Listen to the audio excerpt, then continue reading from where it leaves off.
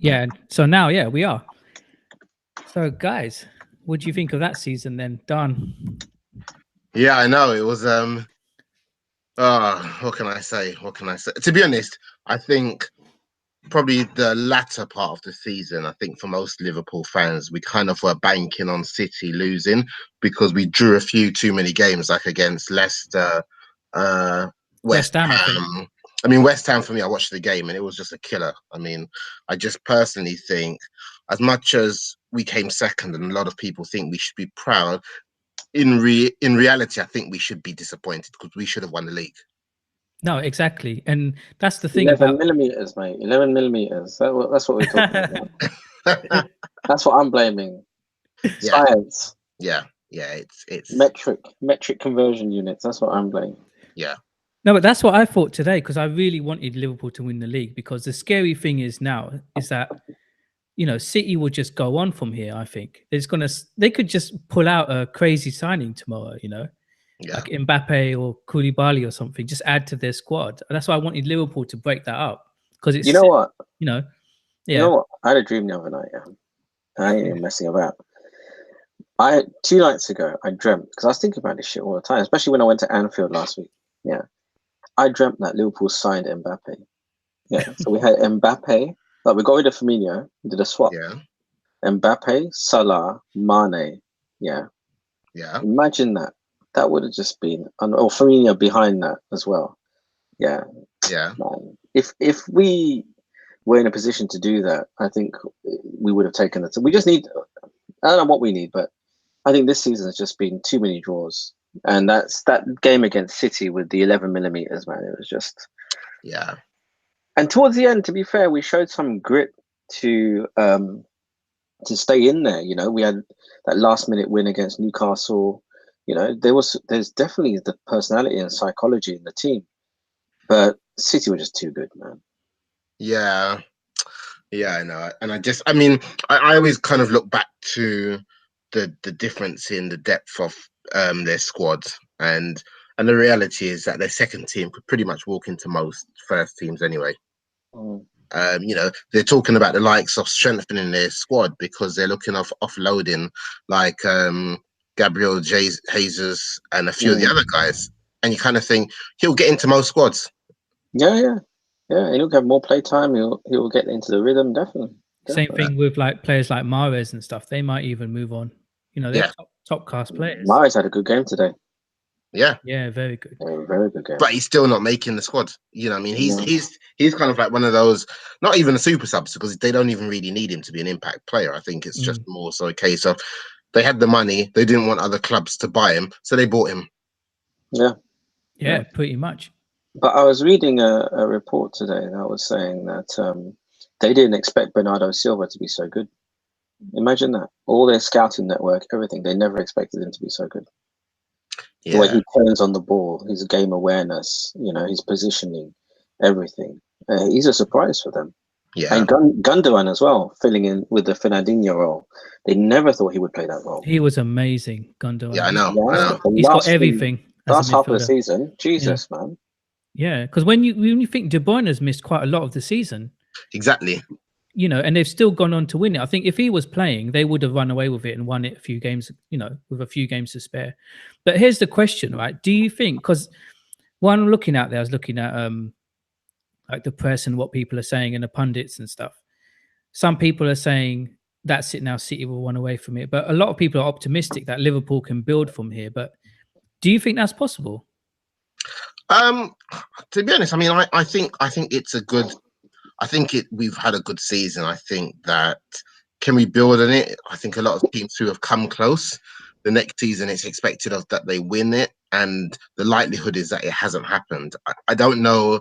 I don't know whether Liverpool have it in them because of the fact that it takes a lot out of them to go throughout the season, 38 games in and out, to only lose one game and not win the season and not win the league. So I don't know. It's kind of like for them, start over.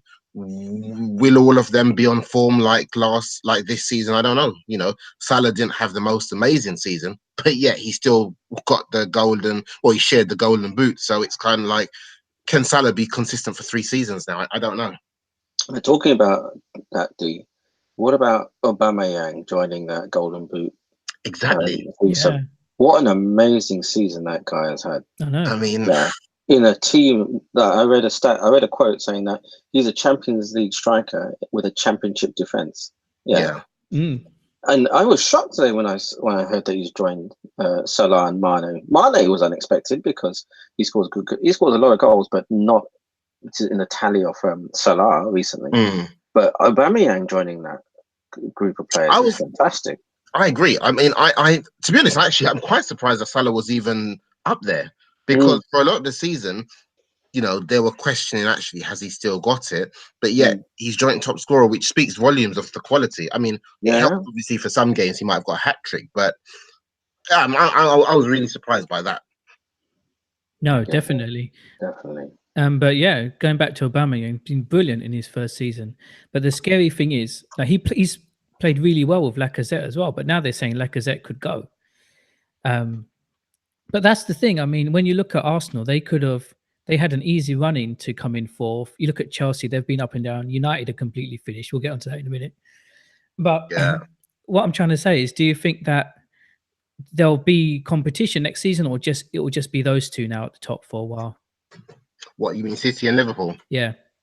I honestly, I don't see clubs really rivaling them, especially with the fact that Chelsea, I mean, it's pretty much a done deal with them losing Hazard to Real Madrid. It's just a case of will they be allowed to because of that transfer kind of that ruling against them. But yeah, I think it's pretty much. I think it's going to be a 2-horse race for the next maybe season or two. Faz? I think that's a 2-horse race for next season or two. It all comes down to mentality. And I think Liverpool and City have the mentality. And to be honest, they've got two of the best managers in the world. I think them two, Klopp, Pep, and Pochettino are the three best managers in the world right now. Yeah.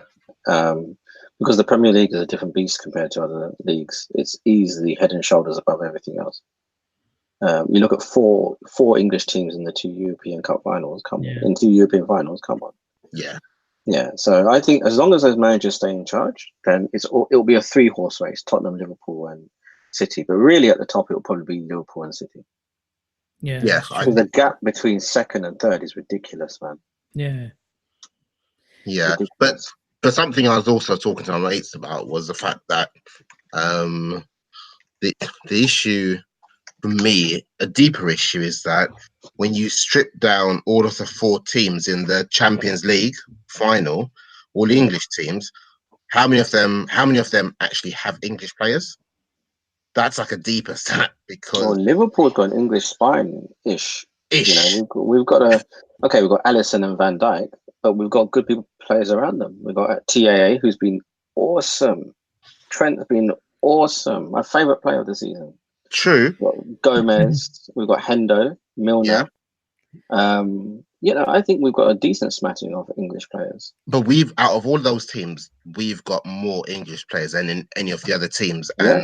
And even when it comes down to it, those that will go to the World Cup, question is, would Gomez go? I don't know. Trent, definitely. Trent, personally, for me, England's right back. But that's what I every day. Yeah, amazing footballer. Look at the cross. I think again he put in a great cross today. So we've got some questions in the chat. So we've got Kevin who says, "You dreamt Tottenham won the Champions League." Who this, Kevin? Who this? Don't know. Some guy. Who this, Kevin? And he goes that Tottenham have an English core up there with Liverpool. With good point, actually. Yeah, they have got an English core. You know, Sorry, I was more so thinking of the bigger teams. No disrespect, Kevin.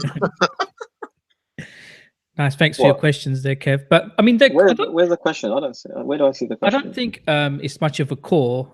If you log into my channel on your phone or something, you can see it in the chat. We've got another one from Asif. Do you want to read it out? It doesn't say where he's from, but I'm guessing Leytonstone. Yeah.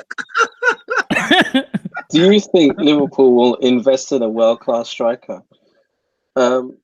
It's a good point. He probably means like a number 9, apart from Firmino. Imagine Man United spending some money on Lukaku. How did that turn out? Asif Mandel from Leytonstone. But I don't think we need a world class striker. I don't. No, man, we don't need that shit.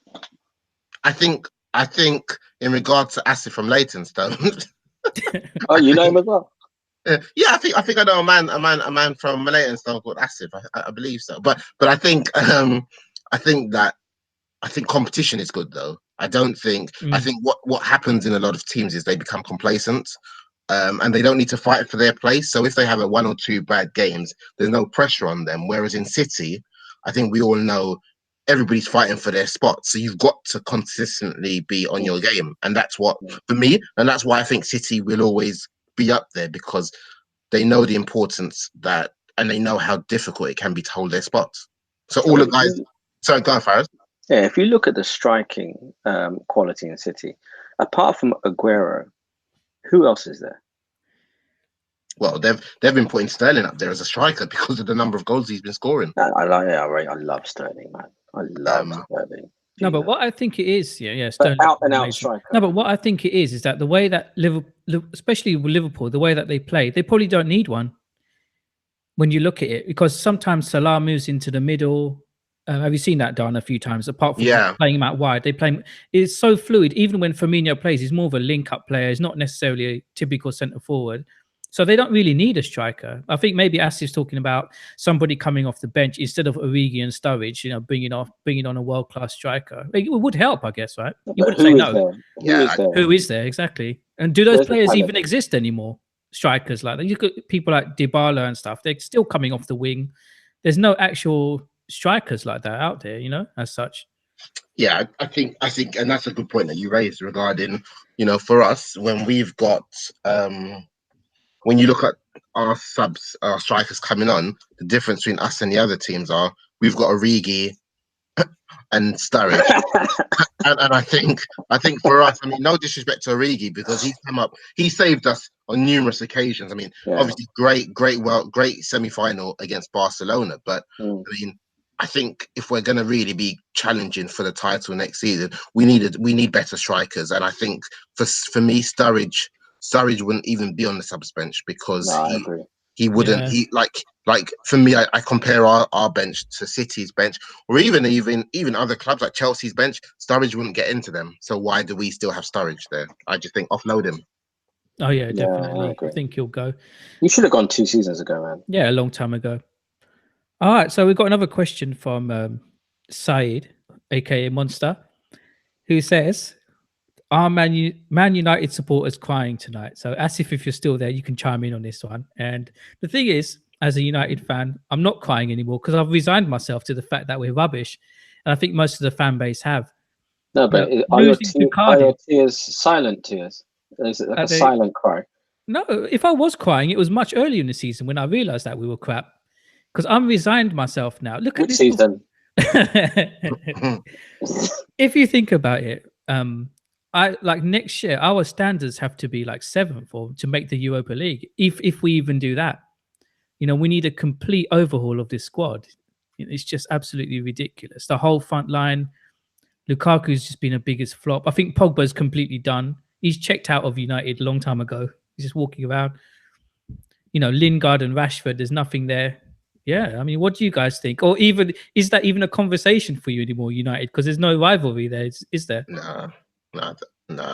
Faraz, what do you think about that? To be honest, it's always sad to see a big club go down. Yeah, but when it's United, I don't really care. No, it's sad, man. It's sad to see an institution fall on its knees. But those who take pride and happiness in such a thing, I mean, it's bad, isn't it? You let Herrera go, arguably your best player in the midfield. Yeah. Pogba's been a muppet, even though he's got the skills. I feel sorry for Rashford because his future's unknown now. Is he going to play him? Is he not? I don't know. Martial, I read a really good quote that Martial is dead behind the eyes. That's hilarious. It's sad because these players are good players, I think, given the right motivational structure, but they don't have a Klopp. It's as simple as that. Yeah, well, that leads us on to another question from Asif, funny enough. He goes, Ole still at the wheel, ? And for me, no, I don't think Ole should still be at the wheel. I don't think he's got a clue. You know, look at today, right? He got beaten by the club that he relegated at home. You know, I don't think he has any tactical awareness whatsoever, and he's just hanging on to this old boys club class of '92 mentality. That has to go. We need to bring fresh No, blood in, don't you but think? yeah, I think so. But Kev has just come up with something that you and we were talking about the other day, about on Friday, whether Pep is a good manager if he hasn't done it at a club that's always been elite. Yeah. Yeah. With all the resources. If you Yeah. put Pep at Liverpool, where Liverpool first started with Klopp, will he do the same job? Yeah. Or if you put him in Everton, for example, or one of those, tier two type clubs, what would he do? Yeah. I think Pep's a fantastic. And if you watch that Amazon documentary on how they won the league last year, he's an amazing motivator, amazing tactician, all of this stuff. But he hasn't proven it at a lower club level. The same with Messi. Messi hasn't done it at another team. Ronaldo has got better mental strength than Messi for me, because he's done it all over the place. Yeah, I agree. That's why I rate Messi higher than Ronaldo. So with Pep needs to do it at a different club. Pep needs to go to a second tier club and turn them into something great, which is why people always rate what Clough did at Derby and Forest. What Clough did at Forest, European champions. Come on. Yeah, crazy. So we've got a question from Scholar, and he says, why would he have to prove it at lower level? And I guess this is obviously with regard to Guardiola. And I think for me, and that's a good point, because I think to myself, if you're a top tier manager, why would you have to prove yourself? I guess you start to move in the realms of the elitist managers. Why would you kind of take a step down just to kind of prove yourself? But I guess that makes sense, because I it think makes to myself, sense. it's almost like Messi, it's almost like, I guess, making that comparison between Ronaldo and Messi. Okay, Ronaldo hasn't necessarily taken a step down to play for any of the big clubs. But I think for Messi, it's almost like, well, if he were to move clubs, you kind of think it would be a step down from Barcelona. And in his mind, as a world-class player, he's probably thinking, why do I need to, really? No, but if Messi wanted to test himself in the best league in the world, I think the step would be to England. I don't think Messi doing it in La Liga is the greatest look for his career, to be honest. The most competitive league in the world is the Premier League. But then that's why you look at Mbappe, right? And he can score another, I don't know, 25 goals or whatever, but we're not taking notice of him. If he's that good, come to the Premier League when you're young, right? Yeah. And like Aguero's automatically a legend now, Premier League legend. So I don't know, but I just want to go back to that Pep Guardiola point from Scholar. I think it's a very interesting point, because why would Guardiola take a step down? And you're right, but there's only 3 or 4 clubs that Guardiola could seriously manage at. So he's done Munich, he's done Barca, he's done City after the investment, City before the investment. You wouldn't touch that. Yeah. Who else is there? PSG. You do PSG, and then what else? You wouldn't really touch it. And Scholar's come back with another question. Well, another point. He said, in his opinion, Premier is competitive but not the best. He said it's entertainment. So Scholar, enlighten us. What would you think? What do you think? I guess, what league do you think is the best league? Would you say the Spanish? I guess he's just right. I mean, and I get. I think the Premier League is entertaining, but I think, is it competitive in comparison to the other leagues? I think it's a bit more competitive, because it's not necessarily a 2-horse race or a 1-horse race. If you look at the other leagues like PSG, PSG, I mean, they won the season a long time ago. Bayern Munich have done it for a few seasons back. It's only now these Dortmund were kind of pushing them. But in terms of 1-2 finish, I don't know, maybe I think there have been times when clubs have run away with it, and maybe this is where there's going to be a change, where maybe it might be a 2-horse race for a while. I don't know, but I think it is competitive, especially because we kind of have proven that in the Champions League also, that we're pretty much, I said, an all-English final. I think it shows the caliber of our teams to an extent. Yeah, but I think what it is with the Premier League is that, because you look at even Italy's even worse, right? Juve won it months ago. But with the Premiership, it's like, Arsenal or Liverpool can go away to, say, Burnley, and they know they're going to get a hard game. right? Someone lower in like 16th in the league or whatever. But you can't necessarily say that with a lot of the other leagues in Europe, right? It's more of a given. Like when you go away to these little clubs and things like that. I think that's what makes it entertaining. It's not always the skill and stuff, because even Faz, you would know it, even Dan, in La Liga and stuff, there's a lot of flair, right? There's still probably a lot more than in the Premier League. But I think it's the competitiveness of the league and the different styles of play in England that makes it entertaining, not necessarily for you. Do you know what I'm trying to say? No, Yeah. but what I think is that 20 years ago, when we were growing up, when we were playing football, we always knew that the Premier League was competitive, but technically it wasn't the best. Yeah, we were still hoofing it to a big man who knocked it down to a midget, and the midget would score. Yeah, and that was basically it. It was the old Pro Evo meth, isn't it? Christian Vieri and Obafemi Martins for Inter Milan. Yeah. But now I think that myth has been dispelled a little bit. The Premiership is very technical in terms of a skillful league. In terms of tactics, I think it's very technical all the way through. Look at Bournemouth. Bournemouth are quite tactically very good, and we've gotten rid of these hoof-it merchants like Allardyce and his ilk. You know, and look at Watford. Even Wolves, they play very good football. Everton play very good football. There's more football being played on the deck. You know, there are more cultured players. There are more players who can do something. Plus, you couple that with the English grit that, you know, the English leagues have always had since day one. I think the Premier League has that level of technicality, and otherwise we wouldn't have done anything in the Champions League this year. The Champions League is the toughest club competition in the world. Yeah. So I think that the Premier League is right up there with technicality and you know, tactical nous and grit and determination. It's got all of it right now. If you want to watch La Liga, you watch La Liga for some technical, for some, you know, Ribonas, rainbow flicks, all that fun stuff. Yeah. You watch, you know, France for Paris just caning everybody on the weekly. Then you watch Germany. I think is a league that has got a lot of community spirit. I think that the fan spirit in Germany is very, very good. And the football is not bad as well. But in terms of combining all of that, plus you've got the marketing behind it and everything, the Premier League's the best. Yeah, easily. So that's my opinion anyway. Yeah. Well, I think we've got another question in Le Chat.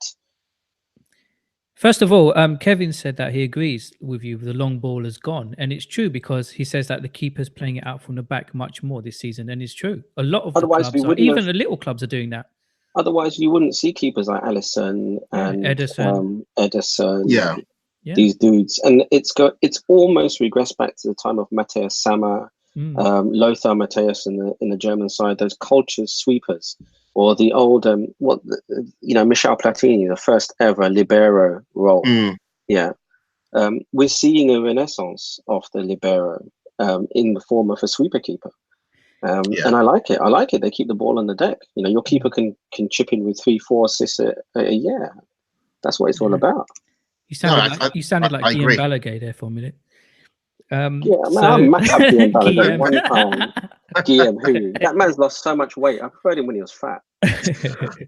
Kevin says Bruce Gobbler. That's funny. But Asif's got another question. Yeah, so Asif says, interesting one actually. Yeah, Asif's man. So, Dan, maybe we should invite him on the show. Yeah, let me pose this one for you, Dan, first. Which club will Jose Mourinho be at next season?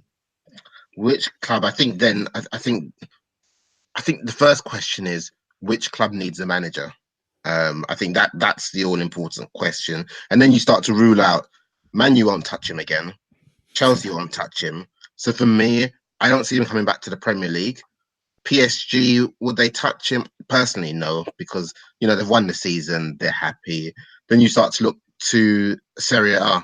And for me, I see him possibly finding a club in Serie A, because for Spain, I mean, obviously he's done Barcelona. No, he's done Real Madrid before. Obviously, Barcelona aren't going to touch him. So for me, I think he will end up with one of the teams of Serie A. It won't be Juve because they're building their team. And I think for them, I think he'll ruffle a few feathers.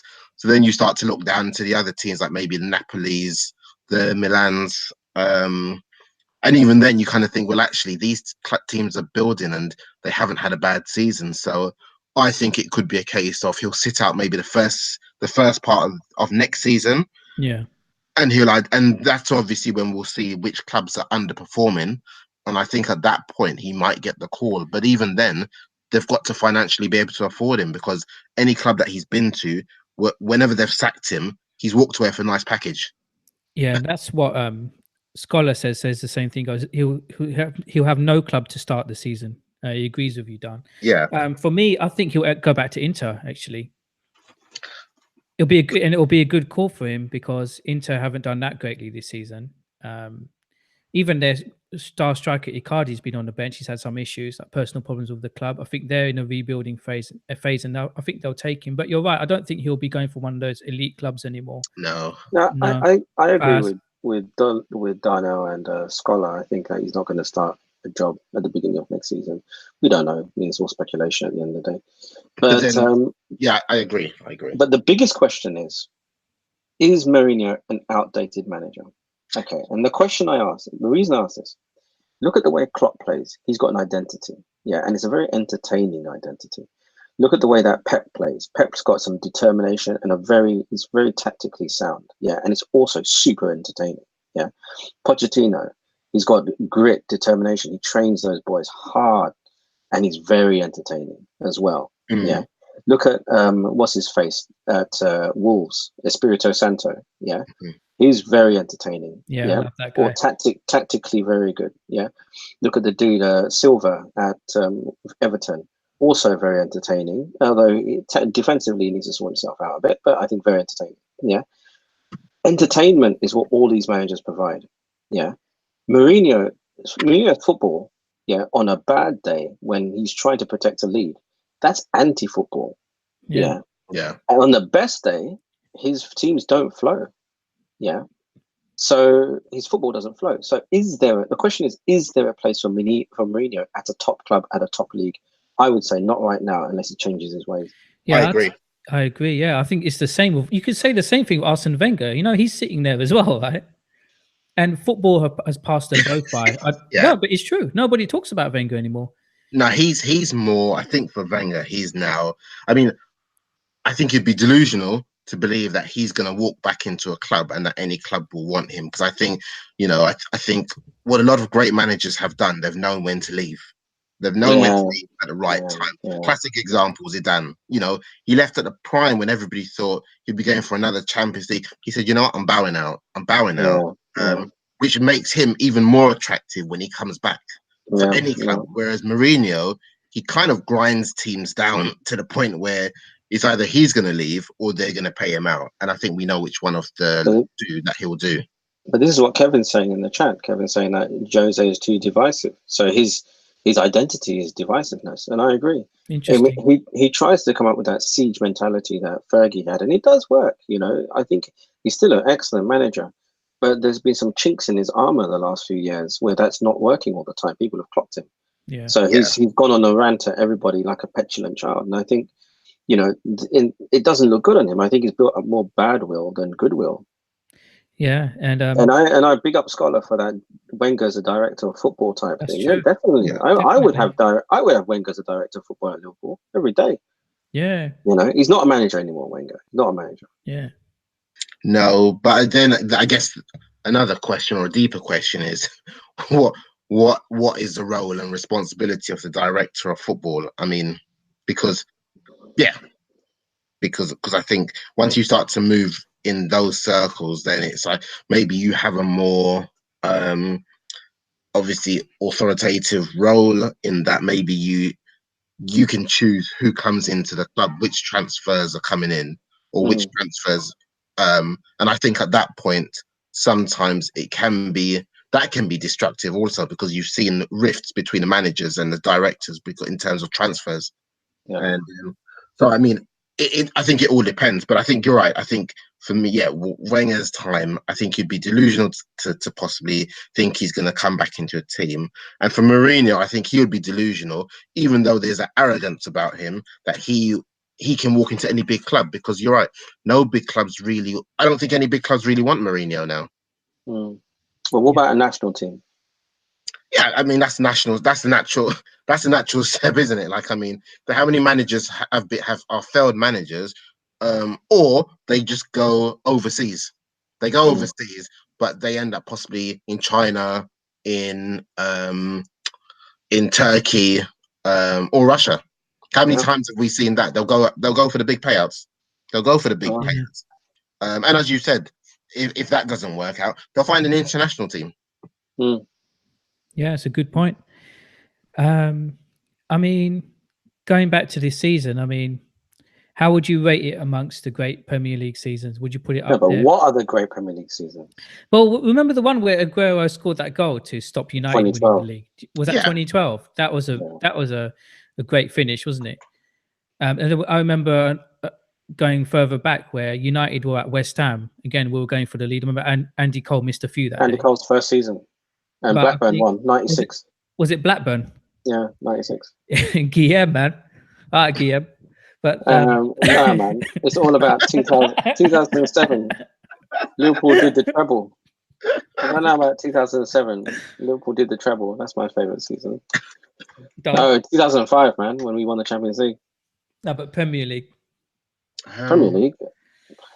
I don't know. I don't know. I think for me, I think a good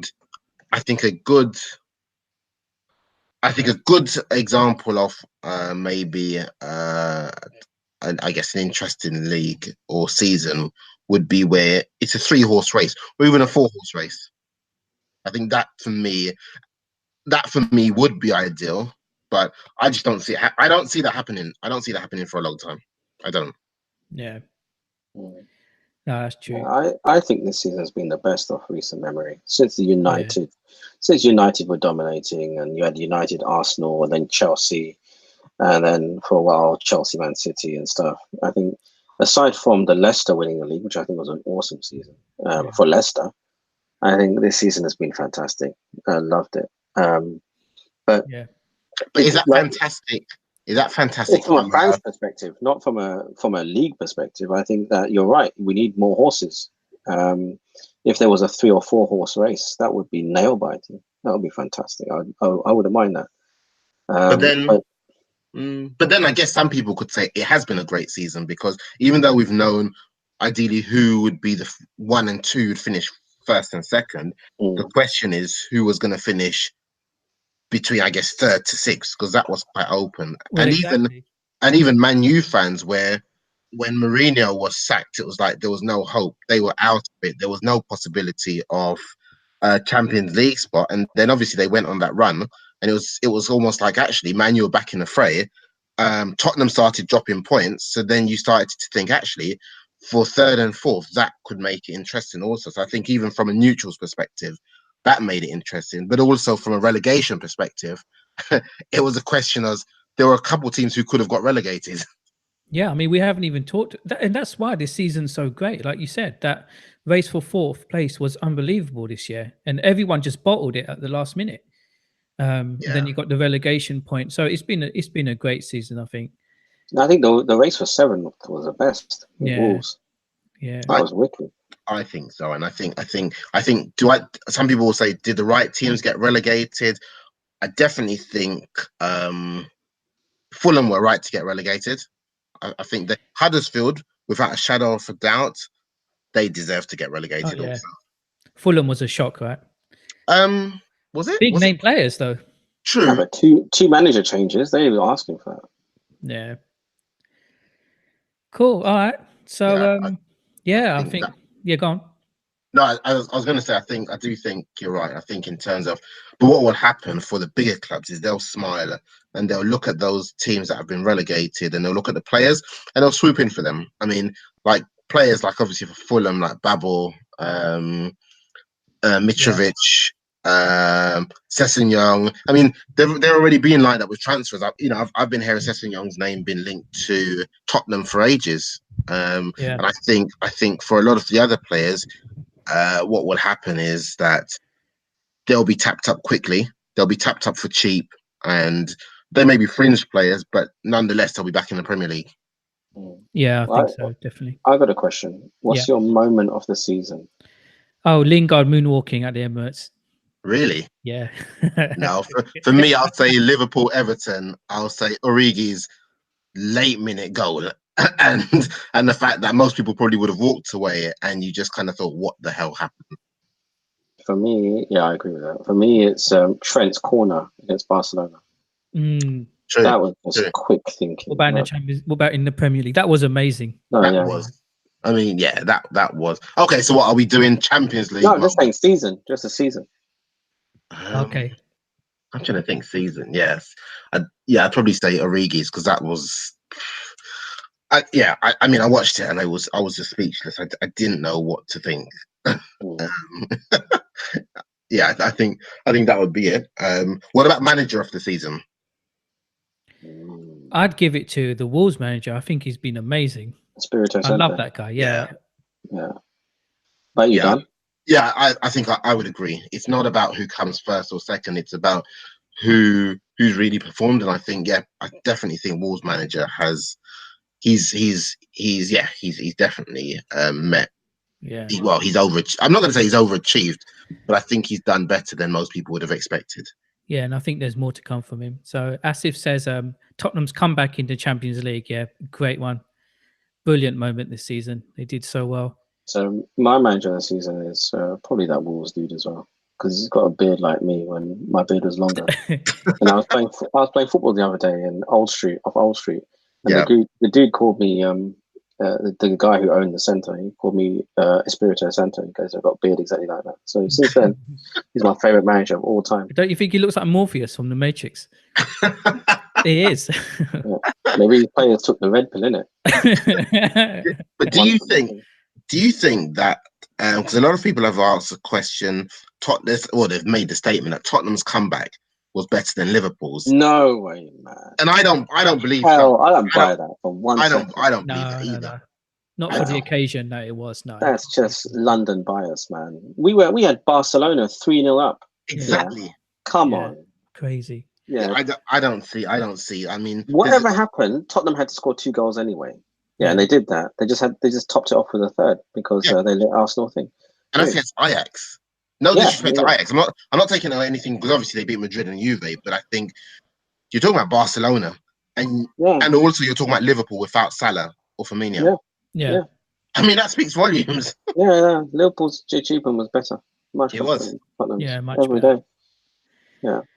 But I would have preferred, sorry, obviously, Kev, but I would have preferred that Ajax won. Because I'd prefer to face them in the final. A quality team, isn't it?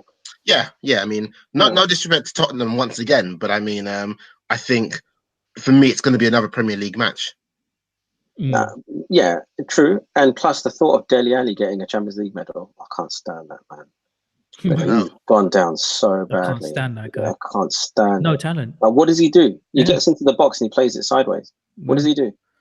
No, but then he'll have one moment when he does an assist. That's the only thing that keeps him, because he played a nice touch to Moira for Moira's third goal. But throughout the 90 minutes, does nothing really. Just one moment in each game. But I love Poch though. I think Poch is amazing. Oh, I love Poch. Yeah, and Man U should have held out. Yeah, a year ago we should have had pulled the trigger too early. OGS is. Yeah. So let's look to round it up now. So lastly, guys in the chat, if you're there, if you want to answer this question as well, player of the season, Dan, or your top 2 or top 3 players of the season. Top 2 players of the season. Okay, for me, number 1, I mean Sterling. I think that goes without saying, even though obviously he's a City player. Credit where credit due. Credit where credit's due. I say Sterling. And my second player would possibly be Bernardo Silva, because I mean he was a fringe player initially. He wasn't making the team. Then he just solidified his place. He just solidified it. Yeah, definitely. Faz? I'd say Sterling, Trent, and Zaha. I love Zaha. Love Zaha. Yeah. I love Wilfried Zaha. Dan, did you fall out of bed? I love Zaha more than anybody. Yeah, he's the best player outside of the top 6 every day. But then why aren't any big clubs still going in for him though? Liverpool will sign him. I want Liverpool to sign Zaha. He's the perfect squad player for us. So meaning To make shit happen.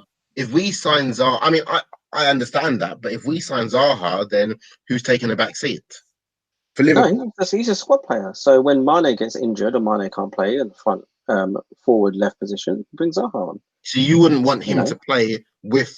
You wouldn't want it to be kind of like Firmino's, Salah, Mane. No, he's not first team. I think it'll be like Origi, just a better version.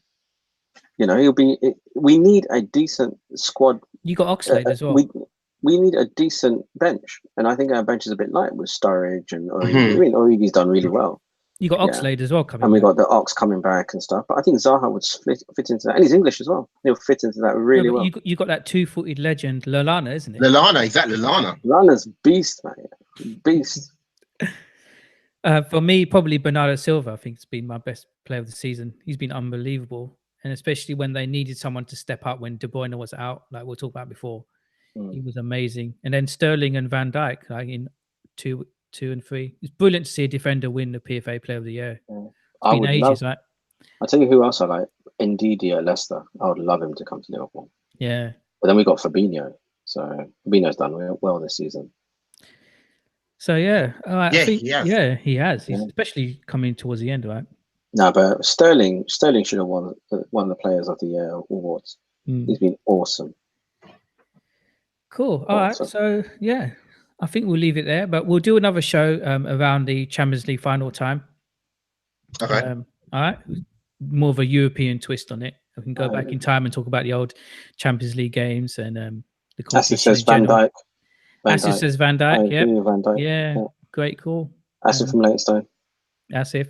So thanks to everyone in the chat who's watching and posted their questions up.